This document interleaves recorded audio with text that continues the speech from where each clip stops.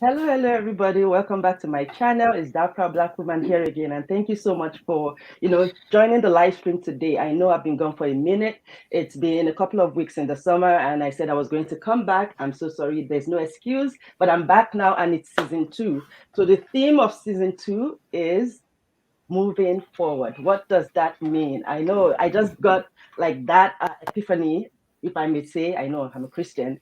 That, a lot of times we as Black women, as Black men, immigrants, and people of color, we are always talking about the things we don't have, like how I can't get a job because of racism. I can't get this because, I don't have Canadian experience or UK experience, wherever you may be, all over the surface of this earth. So I was thinking, what can we do to move forward from that? Like, what can we do to help one another without relying on the government, without relying on other people, like relying on just the Black community, the community of the BIPOC community of people of color? And how can we encourage one another? How can we, inspire one another and empower one another to be able to move forward, for us to be confident in what we have and what we can achieve. And that's what brought about the theme of this season two, moving forward. And who do I have here today? I have two fantastic, beautiful moms, entrepreneurs, lawyers.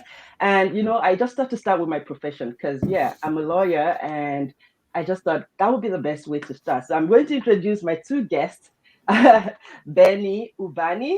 She's a lead counsel at Benny Ubani Law. And also Jesu Mission Olayinka, who is also the lead counsel at Discovery Law Firm. Welcome, welcome, welcome to the show. It's a player. Thank you very much. Thank you so much. So, first of all, my first question will be, it's not a question, it's just give us a little bit about yourself, like a little biography of yourself, what you do, and a little bit about your business as well, your law firm and how it started, just for people to get that inspiration. So I'll start with Benny. Okay. Right. So, well, I came into the country in 2018, and obviously, I went through the process of being called as a lawyer.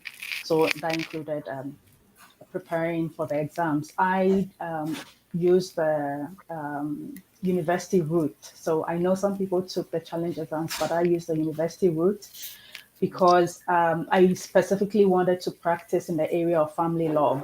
So part of what I did was to study family law as well at Osgood University. And then I wrote the bar exam and I was called in 2020, August. I believe I was called with Jesu Mission. And because I knew what I wanted to do, I didn't waste any time. I just sort of went right into it and started my practice, Benny Ubani Law. And so I practice in the areas of family law and mental health representation. Thank you so much for that. That's really good. I didn't know you took the university route. I know that was expensive because I tried to go that route, but when I saw the amount, I was like, no, that's not that's not my route. So I'm just gonna go to Jason Michel, if you can give us like a little sneak peek into what you do and how you got into it. Hi, my name is Jesse Michel, and I came into Canada as a permanent resident in 2018 as well, like Benny. And just before I came, I knew that I was going to have to go through the licensing process. I've done a little bit of research, then I started the process. Just even before I came. So immediately I landed, I started right into it. It's a long process, but I was determined to go through it. In my own case, I did the challenge examination, that's the NCA, and also wrote the bar exams, and I was also called like Ben in 2020 October, and I started my practice right away as well, and I practice in the area of real estate, immigration, and business law. Thank you so much. So for me, I know a lot of people already know my story, but for me, I came into Canada in 2015, and I didn't start it. I didn't start. I started the process of doing all the getting to know how many exams. I've forgotten what it's called, where you go to NCA and try to find out how many exams you have to do. I've forgotten what it's called. But anyway, I did that Assessment. assessment. Yes. Yeah, thank you so much. So I started the assessment, and I got 6 exams that I was supposed to do, but then I was working and I had a little kid, so I kept procrastinating. And then I think one of the issues was, okay, if you're getting money into your account every month, sometimes you'll be like, it's not so much of a priority right now. You start making excuses for yourself. I have a little kid. There's no time to study and things like that. So I had all of that going on. But then in 2018, I had my second daughter, and I had like a year of leave. And I thought, you know what, this is my opportunity. There's no excuse anymore. You have to take that opportunity now and use it to get your licensing done. So I did all the challenge exam as well. As I said, I couldn't afford to go to the school, so I had to study by myself while taking care of a baby. So that's the route I went through. And then thank God everything went fine. I did the exam once, and I passed. And it's been a challenge to also go into the field. And I remember that when I got licensed in 2020 August, and I started calling people, trying to find out what can we do, like how can, like, I'm not getting a job, I'm looking for a job out there, I don't have Canadian experience, and issues like that. It's like delayed me for a long time to start my legal practice. So for that, I want to like put this question to you. Did you ever go through that should I call it imposter syndrome, where you feel like I don't have even though you have so much experience in the legal field before you came to the country? Did you ever go through that self-doubt period where you felt, you know what, I don't have what it takes. Maybe I should go work under somebody first and gain experience. What do you think? I'll start again from Jason Michel this time. Okay, so when I came, aside writing the NCA examination, I actually wanted to work, right? So for the very first year, I submitted countless number of applications, went for interviews, did everything, had my resume reviewed, signed up for mentoring program. I went for all sort of webinar just because I thought, okay, everybody just kept saying, oh, Canadian experience, you don't have Canadian experience. So it was a very tough period because I was preparing for the exam. I also had 2 young kids. When I came in, my second child was just 3 months old, and then I had another one that was 2 years. So I went through that process. Sometimes it was that it was a low moment because I was like, with all this experience, right? Before coming at work, I had about 8 years of legal experience. So having now to apply for legal assistant role, and then they are telling you you don't have Canadian experience. I mean, that can be discouraging, right? But I didn't allow that to stop me. I kept pushing until finally I was able to work with the Ministry of Attorney General just before my call for another 1 year before I completed the licensing process. So I would also encourage all immigrants right there, if you're trying to get a job and they're telling you don't have Canadian experience, don't be discouraged. Just keep pushing, keep equipping yourself with knowledge, whatever you can do to get better. One day someone is going to recognize and appreciate the experience that you have, and will give you that opportunity that you're looking for. Thank you so much. So Benny, over to you. How was Right. yours? Okay, so in my own case, I took a summer intern program in a law firm, and they were practicing family law, mental health, criminal law as well. So it was for a brief period of time, and so after I did the intern program, I sort of expressed my desire that, oh, I'm going to have to find a job. And so my principal, he says to me, why do you want to do that? I mean, with your background, with your experience back home, you can just start on your own. So he just sort of threw me into it. I'm like, okay, it's a bit scary. I mean, think of the fact that you are in a new country and then you are trying to set up your own practice. And he says, listen, it's not that, impossible to do. All you need to make sure is that you have some mentors, someone to sort of guide you, help you, people you can count on when you hit a snag or something, and then you are able to do it. So it was very scary for me to begin with.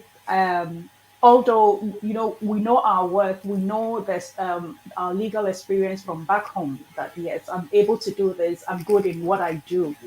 And so the key thing was he was encouraging me to transfer those skills that you already have it and you can do it. Although you're in a new country, you can still do it. So basically, with his encouragement and then the other partners' encouragement, they just sort of advised me to sort of that it shouldn't be my only priority looking for a job and then just getting into the workforce like anybody else when you have so much experience as well and you're able to do it. So that sort of gave me the courage to take the plunge to start my own practice, and it's been exciting. It has its challenges, but then generally it's been exciting and it's been empowering as well. I mean, I've gotten to meet such great women like yourself, so that's how my own journey has been. Thank you so much for sharing that. And truly, two things that I could talk about that we could just elaborate a little bit more about is talking about mentorship that you mentioned and also skill transferability. So those two things, we a lot of immigrants and also Black people that or even people of color have find it so difficult to be able to transfer those. Maybe they don't know that they could transfer it. I, for one, I didn't know because I would be like, oh, it's two different systems. Like I studied in Nigeria and Ireland, and I feel like it was two different ones. So it's difficult for me putting pen to paper and transferring those skills into the Canadian one just because of that. Oh, you don't have Canadian experience. It just makes me feel like everything I have to start all over again. So, like, just to make sure, what can you say? How were you able to um, transfer your skills, like when you're applying for anything back then before you got the job that you had at the Ministry of Attorney General? How were you able to transfer those skills? Okay, so one thing, so during the process where I was still looking for a job before I got called, one thing I was able to learn in terms of transferring your skill. So you have to understand that we are in a different cultural environment. You know, the way we write our CVs back home or resume, like we don't put ourselves out there. But here is a different board game.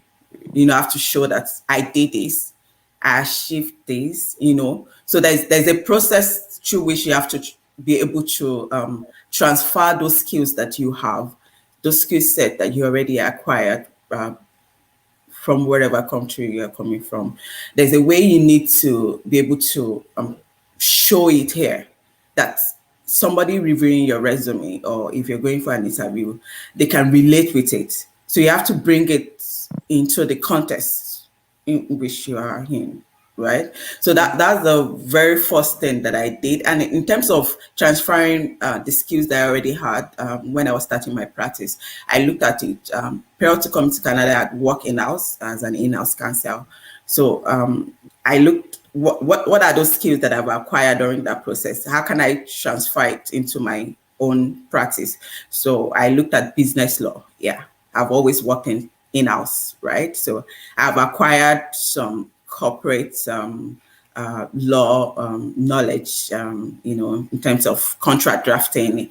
The skills are the same everywhere in the world, right? You want to set up a business, you have to incorporate it the same. There might be a little bit of, you know, the laws are different really, but in terms of the actual legal skill that you need is the same thing. So it's very, very easy to transfer whatever experience that you've had in the time past to, you know, work here either as an employee or if you're starting your own business. You just have to, you know, look and then try to see how you can translate that into something that is relatable here in your new environment. Okay, thank you so much. So, Benny, I would like you to talk about mentorship, like how important or is mentorship, and not just. I know when we talk about mentorship, a lot of people always assume that it has to be somebody like way up there, and then when you're talking about mentorship, they'll be like, I don't really know a lot of people and things like that. So, what do you think is the importance of mentorship, and then do you think that peer mentorship is also something to consider when it comes to starting off on your own or also getting or also, you know, looking for a job out there? Okay, so I think mentorship is very important. I mean, from back home, I've always had a mentor. So it's basically looking at where you want to go, see those who have gone that path, and then try to learn from them. Try to meet with them in any way that you can, and then try to learn from them. So I got my mentors here. So I have a lot of mentors, and I have peer mentors as well. You there's so much to learn from them. We don't need to make the mistakes that other people have made. If someone has gone through a journey, made the mistakes, learn from it, it benefits you to just learn from it and not fall into the same pitfalls that they probably fell in at the time they were taking their journey. So the key thing for me is making yourself available to know people. Okay, joining groups that share similar interests with you. So for in our case, legal. So look for the legal groups. Look for legal groups on LinkedIn, on Facebook, wherever. Network a little bit. People would say things. Then you join the groups. You learn from them. So it's been very instrumental in my journey so far. And with peer mentorship, I found that it's key. Just like you said, Fikami, with the NCA, you initially were given six courses to write. I think I was also given six courses and I didn't even know. So when I came in to Canada, I ended up finding the law group, that the group that we have on Yeah. WhatsApp. Okay. Yeah, that group. Mhm. So I found out that I could have asked for a review or an appeal through the NCA process to have it reduced because they had given me business law, but in what my time I did my law in Ghana. It's called company law, and I had it, so I had to follow up, and so through that process, I was able to have NCA remove that component for me, thereby reducing the number of courses I had to take to five. So this is something I got from my peers. I didn't get it from the older generation who have already gone that route, right? So there's so much we can still learn from our peers. We encourage each other, and then we also learn from each other. So if I have an issue, for example, in real estate, I have a bit of an issue related to real estate, I go to my peers. If I don't go to those traditional mentors, so to speak, I go to my peers and I get the information that I need. So it's very important. If you can't undermine what you can get from your own peers, as opposed to the traditional mentors that we have in mind, someone who's older, who's achieved what they are doing. There's so much we can still learn from our peers, and then it's something I totally would go for at all times. Thank you so much. For everybody watching us, first of all, you know how we do. If you've been an OG that you've always come on this show, remember to represent yourself. Which city are you watching us from? Where is it? What country? Leave it in the comment section and let us introduce each other, one another. So, as you said about mentorship, it's really important because before the pandemic, never really had a mentor, but I feel like majority of my mentors now are kind of like my peers, as you said, like joining, because it opened my eyes to the power of social media. I was able to join like WhatsApp group and Facebook groups and things like that. So it's people that were going through the same process at the same time. They had the fresh ideas, they had the fresh information. Whereas those that did it like 10 years ago, they can't help you at this process of getting licensed because maybe in their time they didn't have to do 5 exams, they only had to do 3 exams. So they wouldn't be able to give you the information that you need. So I found that for this licensing process to get the licensing done and things like that, and then as a new immigrant into the country, I also found that joining like some immigrant group also gave me more information about those that just came into the country, that they're passing through the same thing because the laws change all the time. Someone that came into the country 20 years ago, it might have been way easier than now. So peer mentorship, it's done wonders for me. And as I said, starting my own law firm, uh, it was due to people, my peers, telling me you can do it, and then looking at people like you and Jesse Michelle starting your own. I was like, what is wrong with me? Why am I having this imposter syndrome, thinking that I'm not good enough? And what are other people seeing in me that I'm not seeing in myself? Because people be like, it's you can do it. People are always cheering me on. I even had one person that said, you know what? I think she told me several times to start my own. And she had to tell me, you know what? This is the last time that I'm going to tell you. If you don't do anything about it, if I say anything, shoot me, right? Like that was how much she was like frustrated about talking to me several times. Me still having that imposter syndrome. So it took like God's intervention, and by God's intervention, I don't mean like in a good. Uh, I don't have to explain it. It had to be something really really bad happen to me at where I was working that made me to see the light. That, you know what, I've been called to the bar since last year. I have this experience from back home. I have all these degrees. What is wrong with me?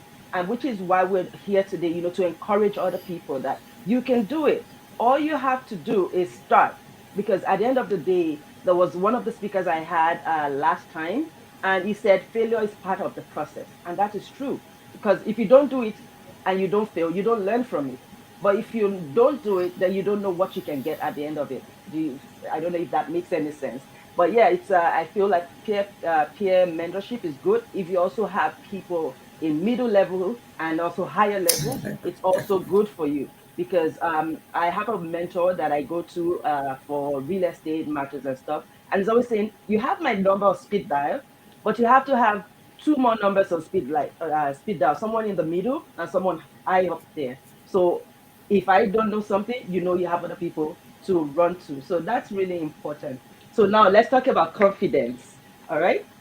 So what do you think? Because there was a quote that I heard that says like confidence is really key to success. If you don't have enough confidence to start something, it diminishes the amount of success that you are meant to have.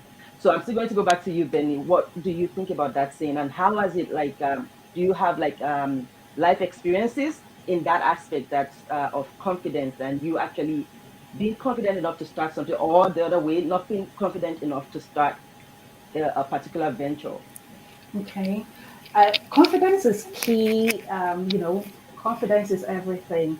Unfortunately, maybe it's fair to say that being brought up back home, growing up in Africa, we sometimes are not, taught to put our best foot forward at all times.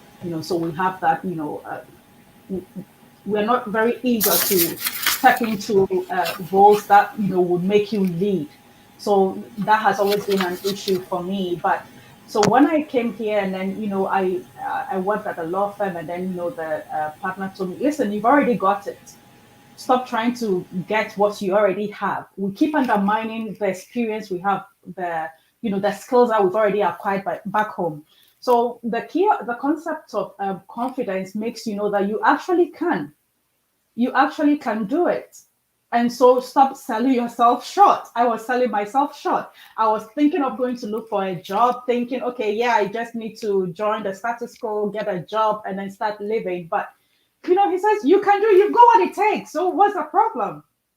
You get it. So sometimes we may not have the confidence, or we don't appreciate the skills and the strengths we already have until someone points it out to you, be it someone older, be it your peer. In your case, you see your peers are doing it. That sort of lets you know that you can actually do it. So, I mean, previously, I didn't think I could. I didn't even consider it. Okay, I just wanted to, get a job, do what I've always done, and then that was it. But then he sort of opened my eyes to the fact that you can. Nothing should stop you from thinking that you can. So that's what I think is very important. Sometimes you need to look within yourself, look at what you have achieved in the past, and see if that's enough stepping stone for you to be able to make a move to the next level. So confidence is everything. If you don't have it, you've already failed. If you don't have confidence, you've already failed. Yeah. So, Jason Michelle, if you can give us your own 2 cents too on that same topic of confidence and success. All right. I totally agree with Benny that confidence is very key to success, right? That's the very first step when you want to start anything. When I wanted to start my own practice, it was a scary idea. I was scared. I thought I could not do it. I've never, like, I don't have any entrepreneur skills, and not just just starting any business, but a professional business that was scary. And how do you get confidence? It's through knowledge, acquiring knowledge. You need to build up that confidence. I know then I had to motivate myself. How do I do that? I went online, YouTube. There's so much knowledge sharing out there. That was just the very first thing that I had to do. I had to convince myself that I could do it. So I had to believe in myself, and so I needed to listen to motivational, speeches, read more on it, how to start a law practice, how to start a business. I did a lot of research, and then just like Benny also mentioned in terms of mentoring, you also need people around you who is going to believe in you, even when you're doubting, when you believe you can't do it, people that will tell you, yes, you can. You need those kind of people around you. And I had several amazing people around me telling me I could do it. And then, in fact, some of them were also starting their own law firm at that same time. And we kept encouraging one another. We can do it. We can do it. What do we need to do? Acquire the knowledge, speak with those who have done it, or who are doing it. Ask them questions. How did you go about it? What are the steps? So it's doing anything and being successful at it. The first thing you need is confidence. If you don't have it, you have to go all out for it and acquire it. Go online, read about people, reach out to people, network to people who have done something similar in the past. And then before you know it, your confidence level would definitely rise, and you'll be able to achieve whatever you set your heart to achieve. Thank you so much. So now, having gone into like taking up that confidence, that bold step to start your own law firm. So I would say, like, for people watching us today and already hearing, all how you have to, strive to get that confidence and put your best foot forward and just do it because you have it in you. How has the practice been to you so far? I'll start from you, Jason Michelle. How has it been for you, and what are the joys of it? Okay, so far so good. It's been a very great one. I have no regrets, honestly. Those initial fears are all gone, like totally disappear. When I started, I thought, oh, where would the clients come from? I'm more or less like an introvert. Like, I'm not really someone that likes to put her face out there. So I thought, how do I network? How do I tell people? Especially in COVID, right? Everybody is indoor. So you can't even, how do you reach out to people? So, but it was a step of faith that I took. It was a step of faith, and I absolutely have no regret. And once you offer good service, you're able to retain your clients. You get client referrals, and like you said, other professionals are also willing to help. For my practice, I've benefited tremendously from other professionals, right, who have gone ahead of me, pulling my hands, and they're still supporting me. Sometimes they have clients they are not able to take on, they just pass it across. So it's been wonderful. I have no reason to complain. And for anyone who is starting out, the first 1, 2, 3 months might be a little bit slow, but that's just all you need. After that, things is going to change, and you'll be surprised, right? You just have to keep at it for the first one. Those are teething period that you have to go through. So I went through that phase too. Like for the first 2 months was like, oh, I was just paying office expenses and nothing was coming in, right? But afterwards, things changed, and as in fact, you will probably get to a stage where you realize you can't even do anything. Sometimes you even have to turn clients down or refer them to somebody else. So I encourage everyone, if you, not only legal profession, not only legal practice, whatever you want to do here in Canada, the land is filled with so many opportunities. Just go for it. Just take that bold step and start. And before you know it, you'll be surprised and amazed at what you can do and what you can achieve. Yeah, so taking that bold step is really important, and then taking the first two steps, and the remaining step will keep following.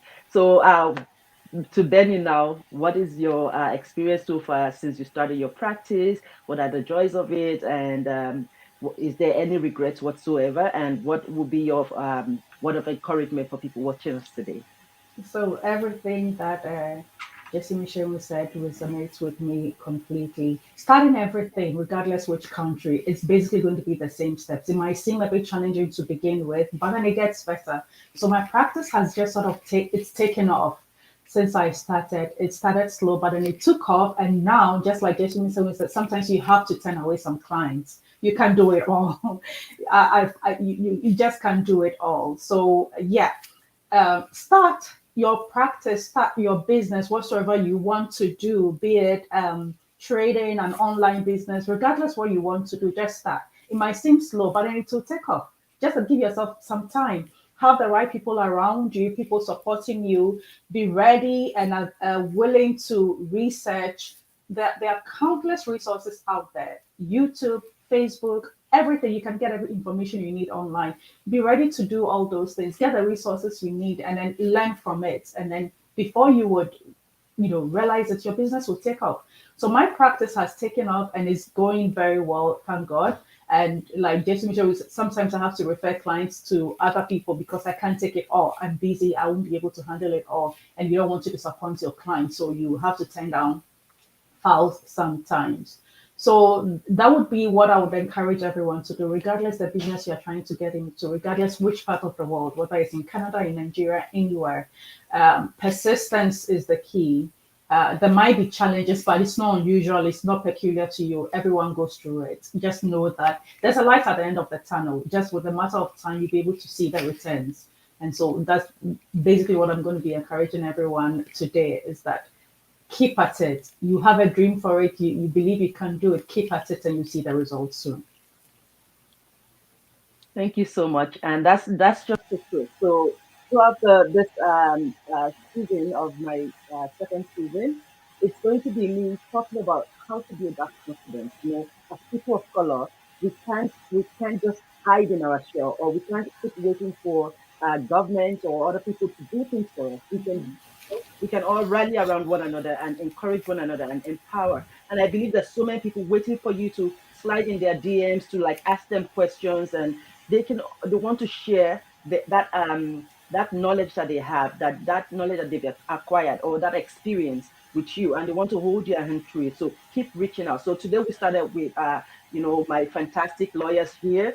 Throughout the season, we're going to be bringing different professionals, entrepreneurs, in different fields. So you can see that we're all going through the same thing, and the same strategies would work regardless of what field you are. Because at the end of the day, all we want is that success, to be seen, to be heard, and to make something really fantastic out of ourselves and make our families and children come in to build that generational wealth, which we as Black people, we as people of color didn't have before. It was just paycheck to paycheck, people doing odd jobs and stuff. We want to open your eyes to that, to see that you're more than that. You have whatever experience you have from wherever you're coming from, it is useful here, but it's how you put it out there. It's how you sell yourself that will make them see it and buy it from you. All right. So thank you so much. I really appreciate both of you because I called you and you answered. It's really fantastic. And for everybody, please let us know where you're watching us from. I'm from Toronto, here in Canada. Jason Michelle, where are you I'm joining us currently in from? Curtis. Nice. And Benny? Tottenham, Ontario. Yeah, so we're all Ontario lawyers. And for those of you watching us, as I said, I'm going to be bringing all kinds of people from all walks of life to keep empowering us and keep, showing us that we can do it. Whatever we set our hearts upon, we can achieve it. And that's just all we need to know. And how, mentorship, as everybody has talked about, doesn't necessarily have to be people high up there. If you have them, kudos to you. But if you don't have them, don't think it's the end of the world. Look for peer mentors around you, people that are positive minded, people that see the best in you and will continue to encourage you and push you to be the best that you can be. So thank you so much. I really appreciate everybody. And that will be the end for today. See you again next week.